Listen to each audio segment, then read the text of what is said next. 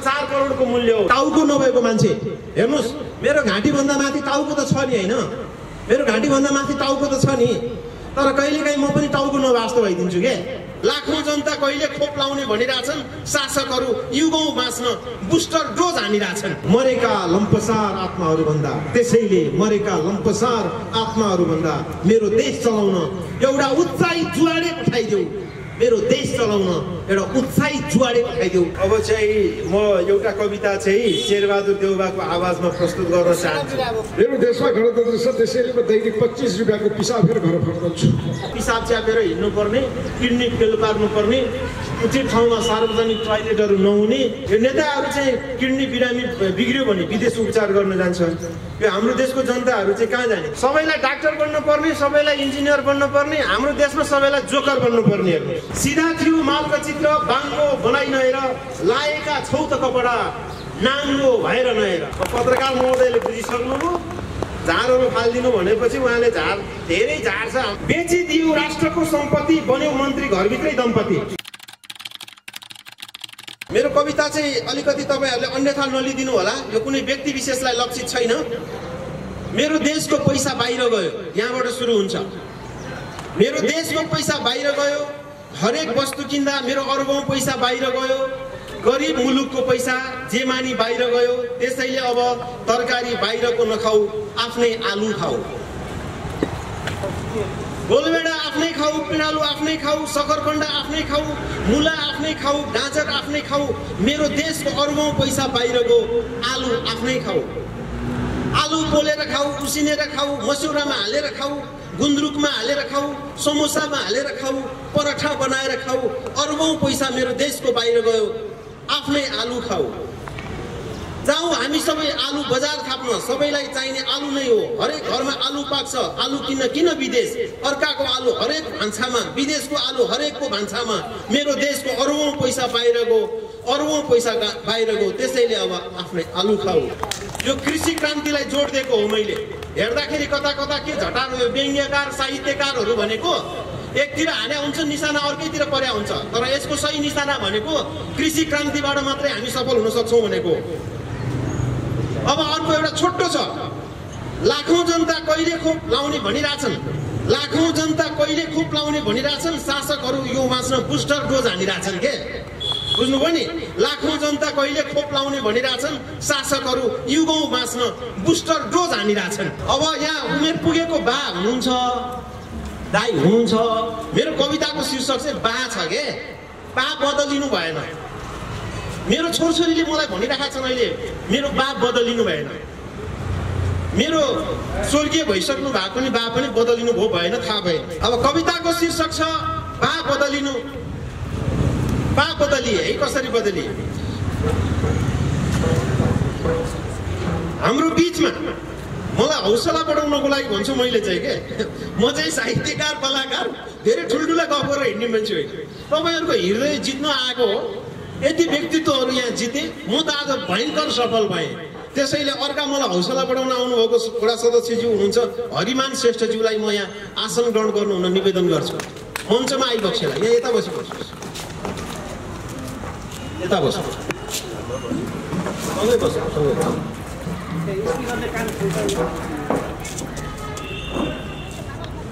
बा बदलिनु भयो, बाको विचार बदलिएन। बा बदलिनु भयो, बाको विचार बदलिएन। घर घरमा बा बदलिएका छन्, तर बाका विचार बदलिएका छैनन्। विचार नबदलिएका बाहरू, खानकी बदलिएका बाहरू, लगाई बदलिएका बाहरू, घर बदलिएका बाहरू।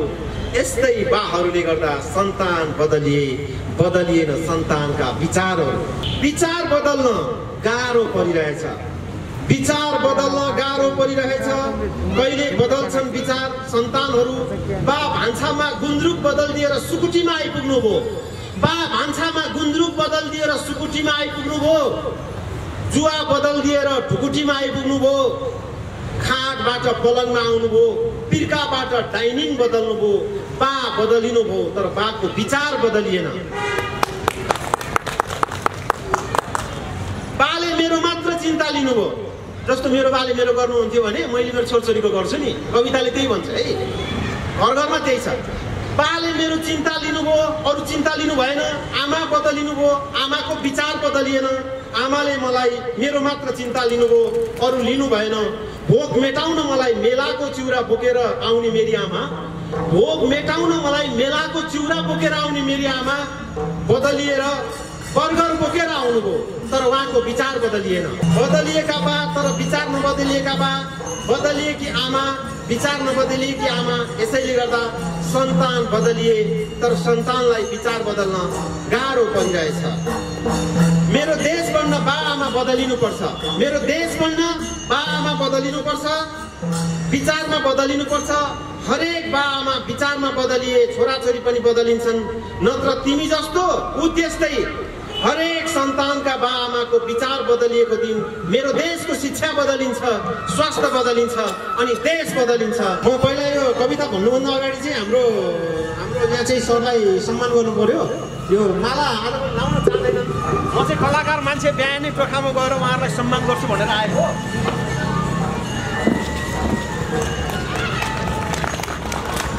अस्ति हिउँ परेको त यहाँहरूलाई थाहा छ। अस्ति हिउँ पर्दा म चन्द्रगिरीमा बिहान 8 बजे पुगेँ। मेरो उद्देश्य थियो त्यो हिउँ पर्दा पर्दै कविता पढेर आउनु पाए कस्तो हुन्थ्यो जस्तो लाग्यो र म बिहान 8 बजे त्यहाँ चाहिँ गएँ। डब्बामा एक्लै थिएँ। 10-15 मिनट माथि बसेँ, एउटा कविता पढेँ। त्यो चाहिँ लोकान्तर अनलाइनले त्यो कविता पोस्ट गरेको छ, हिउँभित्रको कविता। त्यसपछि म एक्लै फर्केँ, भित्दै घर आएँ। म सुतेँ, अलिकति ज्वरो आउला जस्तो भएर।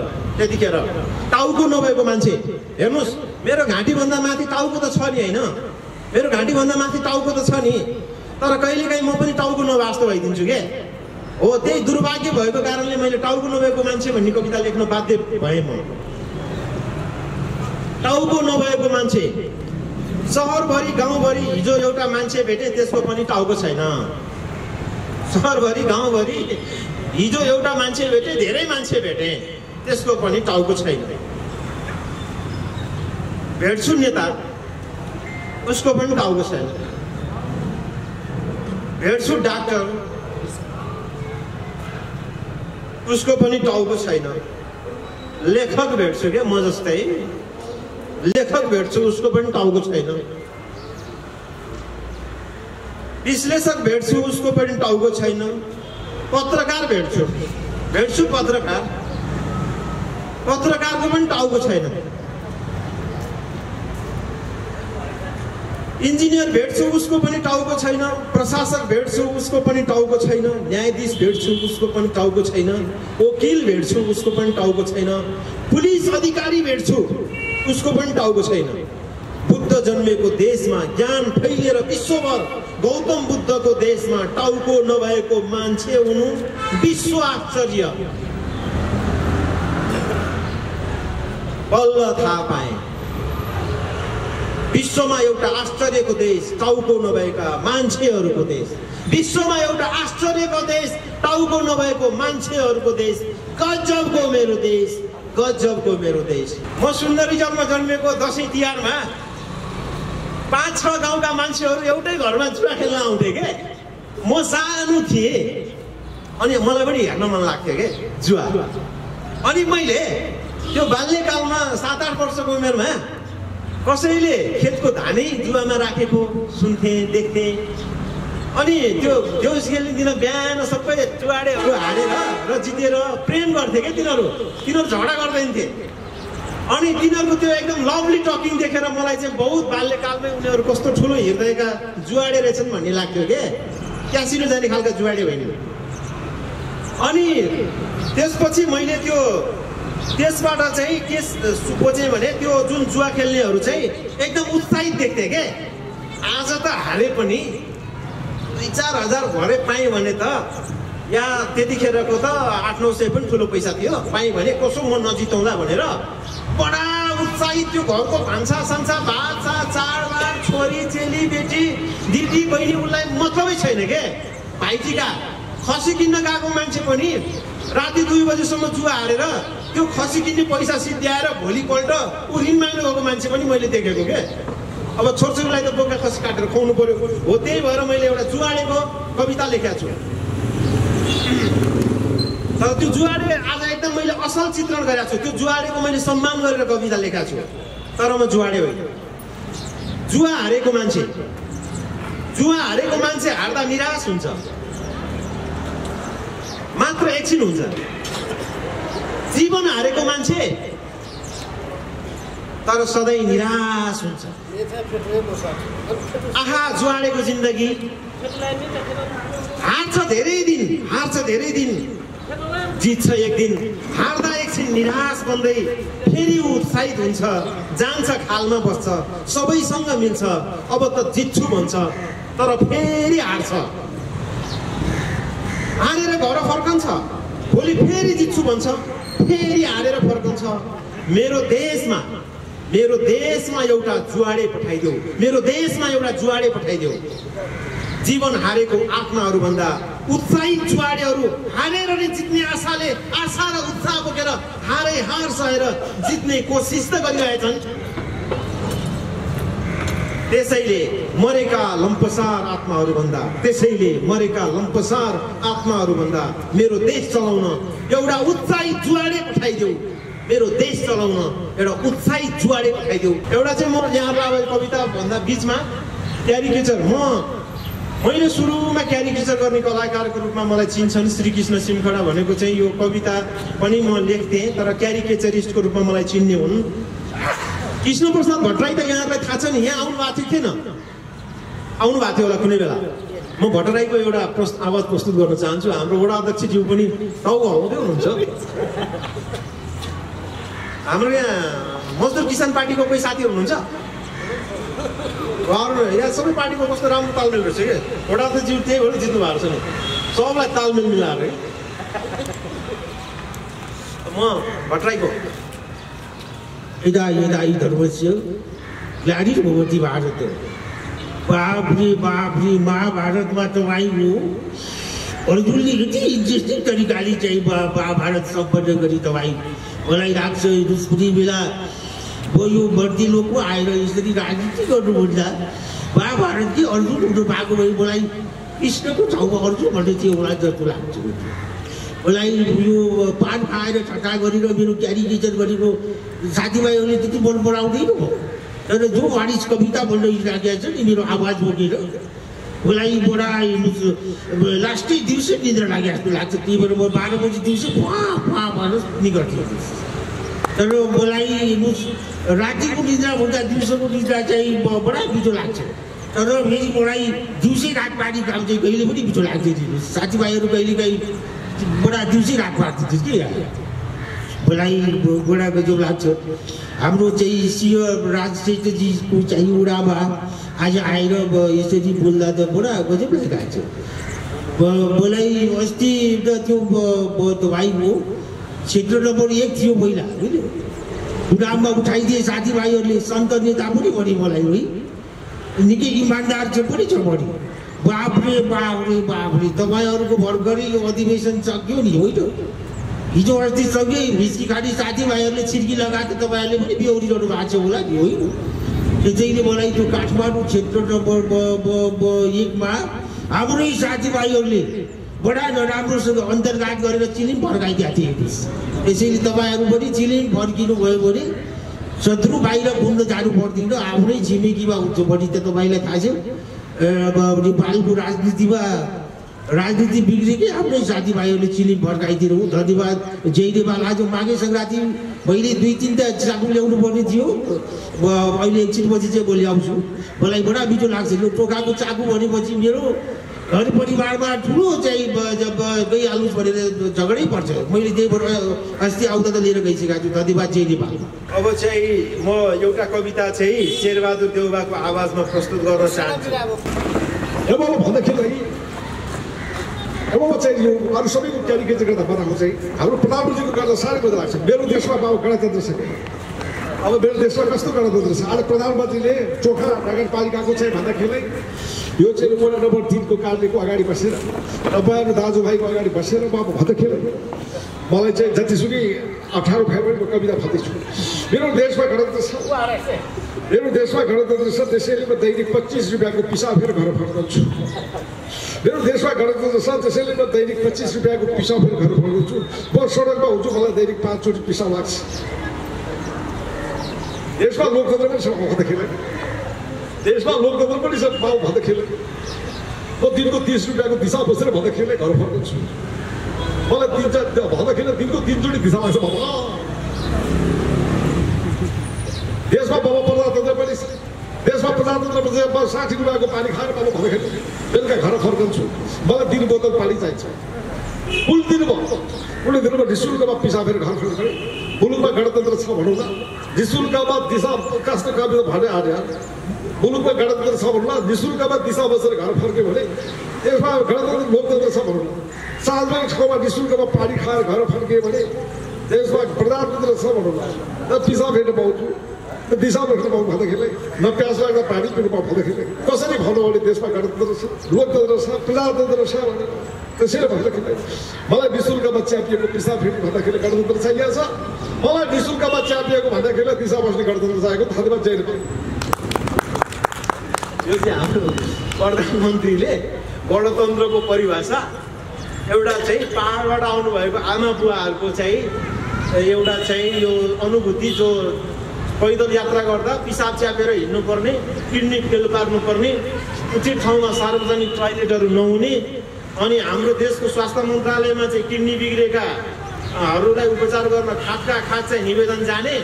त्यो भएर मैले अस्ति अहिलेको विरोध कतिवटालाई म त्यत्तिकै हिसाबले गएको थिएँ। एकजना वरिष्ठ गायक हुनुहुन्थ्यो सञ्जय खड्की, 2 जना गयौँ। सञ्जयजीले लाग्यो आज मैले मन्त्रीलाई केही भन्छु। मैले भने उहाँलाई फर्स्ट टाइम भेटेको, यो नेताहरू चाहिँ किडनी बिरामी बिग्रियो भने विदेश उपचार गर्न जान्छ।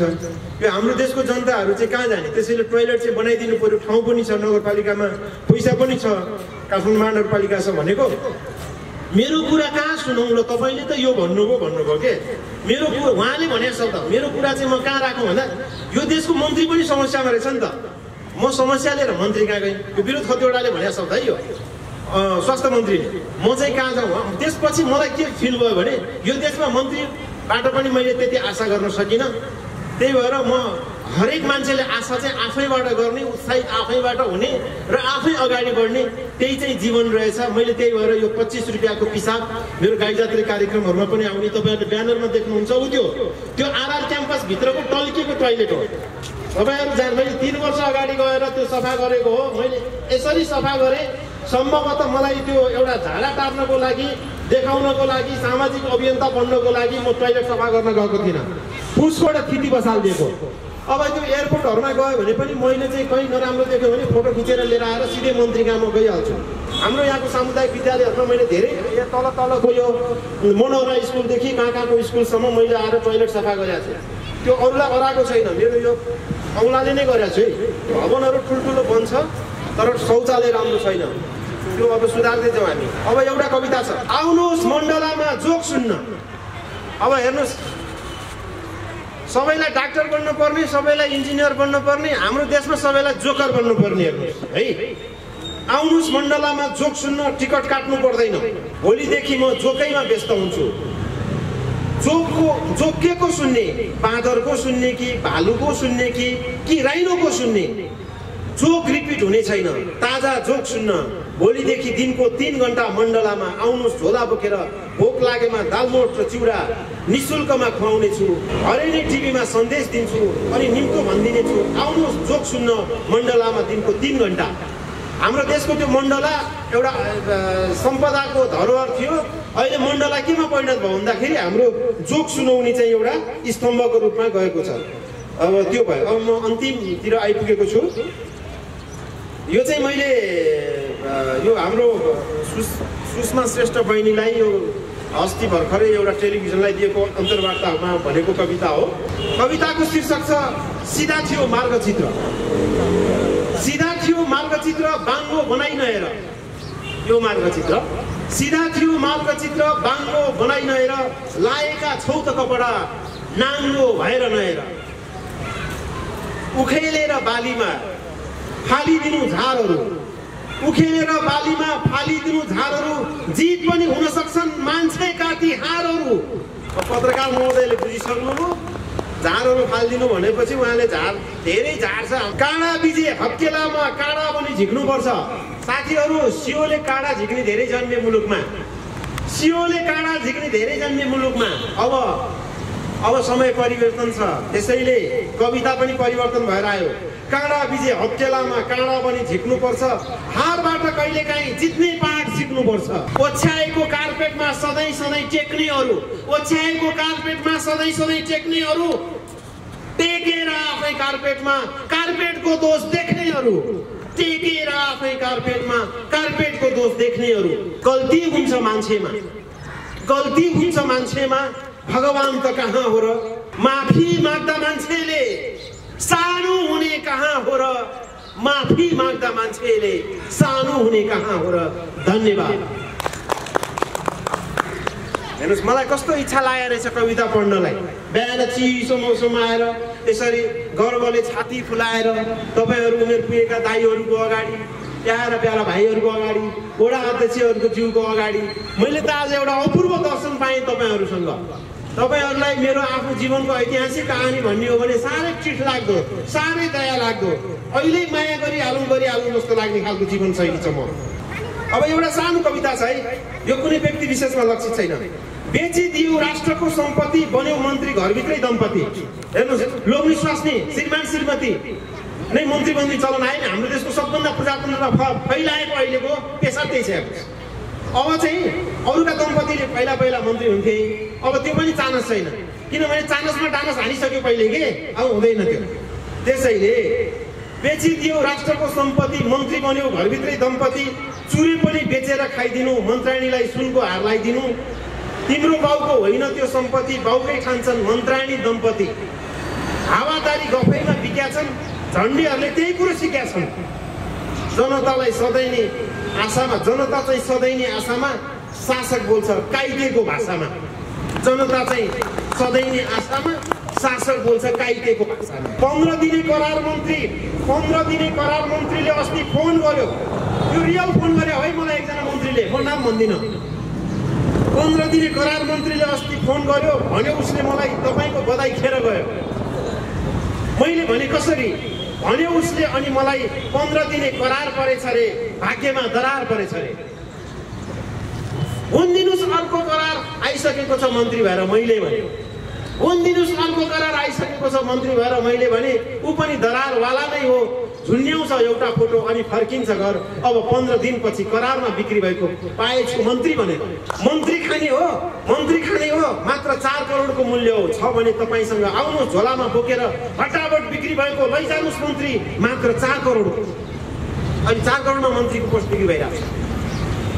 आहा, गाडी 4 करोडको, मन्त्री 4 करोडको, पाए पद मन्त्रीको, मात्र 15 दिने करारको।